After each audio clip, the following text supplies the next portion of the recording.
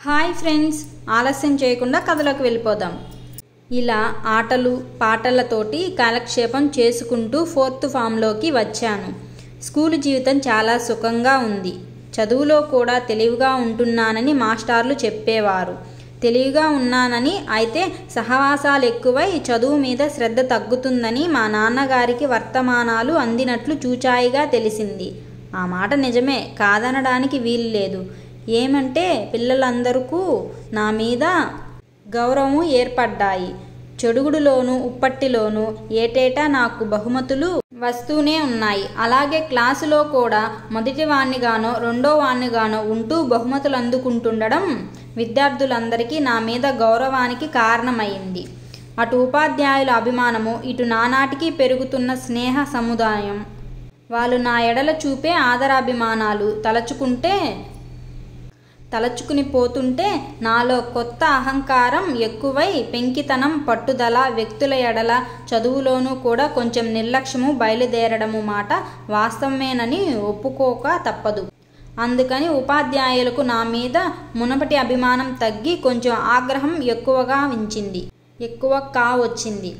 సాయంకాలం స్కూల్లో ఆటలు అల్లరి చాలక ఊళ్ళో ఒక వస్తాదు దగ్గర దండాలు, బస్కీలు వగైరా వ్యాయామం, కొంత కుస్తీ కూడా నేర్చుకోవడం ప్రారంభించాను. ఇంకా ఊళ్ళో తరచూ సభలు, ఉపన్యాసాలు, హరికథలు, భజనలు వగైరా సాయంకాలము దీపాలు పెట్టిన తరువాతను ఎన్నెన్నో జరుగుతుండేవి. వాటన్నింటికీ తప్పనిసరిగా నా సహోద్యాయులతో తప్పక హాజరవుతుండేవాడిని. ఇన్ని వ్యాపకాల మధ్య చదువు కొంచెం సన్నగిల్లిందంటే నిజమనుకోక తప్పదు. ఇది ఇలా ఉండగా నాకప్పుడే ఎక్కడెక్కడి నుంచో పెళ్లి సంబంధాలు రావడం మొదలెట్టాయి. మా అమ్మకు చాలా సంతోషంగా ఉంది. నాకు త్వరగా పెళ్లి చేయాలని, చిన్న కోడలు నట్టింట తిరుగుతుంటే చూడాలని ఆవిడ ముచ్చట పడుతోంది. ఆ ముచ్చట్లు తీర్చడానికి నా వెనక ముందు ఎవ్వరూ లేరాయా మరి. అవన్నీ నా వలనే తీరక తప్పదు గదా. అందుకని వివాహానికి తొలిమెట్టుగా మా నాన్న నాకు వెంటనే ఉపనయనం తలపెట్టాడు.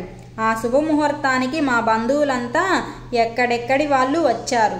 2-3 మా ఉపాధ్యాయులు, 25-30 మంది నా సహోద్యాయులు కూడా వచ్చారు. నా మిత్ర బృందం వాళ్ళు నా ఎడల ప్రదర్శించే ఆదరాభిమానాలు చూసి మా అమ్మ ఎంతో పొంగిపోయిందో లెక్కలేదు. వాళ్ళందరినీ ప్రత్యేకంగా ఆదరించి పంపించింది. నాకు కౌపీనం పెట్టి, పంచసికలు పెట్టి, మెడలో యజ్ఞోపవీతం, చేతిలో దండం పెట్టి, తోలు జంధ్యం, చేతిలో భిక్షపాత్ర చూసి నా సహచరులు, బంధువులలో కుర్రకారు అంతా చేరి చేసిన అల్లరి అంతా ఇంతా కాదు.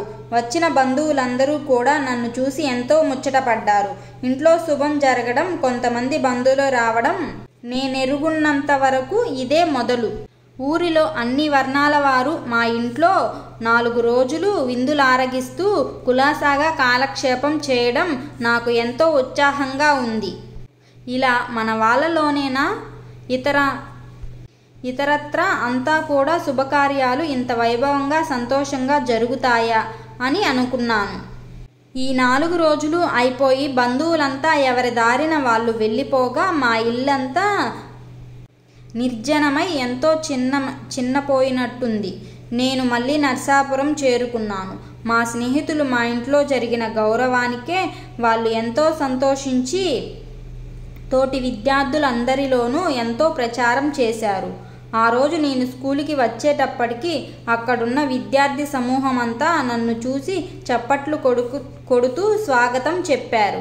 కొందరు కుర్రవాళ్ళు నన్ను గంజి కావిడ వేసి తీసుకొని వెళ్ళి అక్కడ ఒక కుర్చీ మీద కూర్చోబెట్టారు.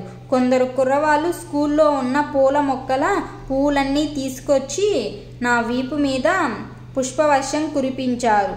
అప్పుడు ఒకడు వాడి ఇష్టమొచ్చినట్లు 10 నిమిషాలు పెద్ద గంభీరోపన్యాసము చేశాడు. వాడి అసందర్భ ప్రలాపాలకు కుర్రవాళ్ళు పొంగిపోతూ కడుపు చెక్కలయ్యేటట్లు నవ్వుతూ జయ ధ్వనులు చేశారు. ఇది పూర్తయ్యేసరికి మరొకడు ముందుకొచ్చి నా మీద పద్యాలు చెబుతానని చెప్పి వాడికొచ్చిన పద్యాలు తప్పులతోనూ కొన్ని ఒప్పులతో ఒప్పులతోనూ ఎలాగో కొన్ని చదివేశాడు, పాడేశాడు. ఇది కాగానే మరొక 2 కుర్రవాళ్ళు ముందుకొచ్చి మేము అష్టావధానం చేస్తాము అన్నారు. అంతకు 2-3 నెలల క్రితమే మా ఊళ్ళో 2 జంట కవులొచ్చి అసుకవిత్వము అష్టావధానం చేశారు. దాంతో కొంతమంది కుర్రవాళ్ళు అష్టావధానం చేస్తామని సరదా పుట్టింది.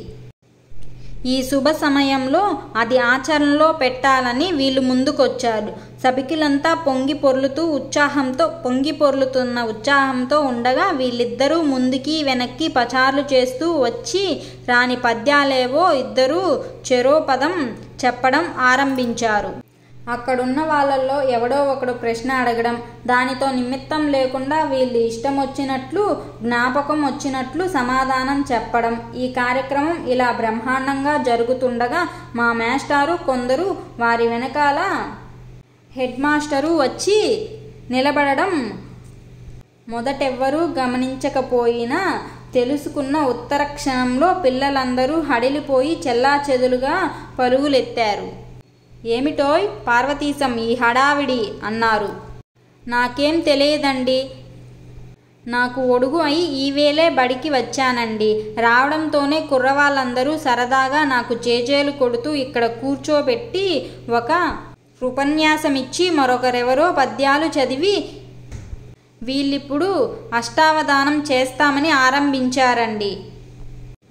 బాగుంది, చాలా సంతోషం. అయితే నీ సత్కారము వాళ్ళ అవధానము మధ్యలో ఆగిపోయాయన్నమాట మా మూలాన. పోనీలే, మరో మాట ఎప్పుడైనా సావకాశంగా ఏర్పాటు చేసుకుందువు గాని అని ఆదరంతో నా వీపు తట్టి నా బోడి తల మీద 2 మొట్టికాయలు మొట్టి ఈవేళ ఈ సత్కారంతో సంతోషించు అని వెళ్ళిపోయారు. నవ్వుకుంటూ నా దారిన నేను చక్కాపోయాను. ఈ రోజుకి ఇక్కడికి కథ సమాప్తం. మళ్ళీ తిరిగి రేపు కథ చదువుకుందాం. బారిస్టర్ పార్వతీశం కథ చక్కగా సాగిపోతుంది. మీరందరూ విని ఆనందించాలని మనస్ఫూర్తిగా కోరుకుంటున్నాను. మళ్ళీ రేపటి కథలో కలుద్దాం.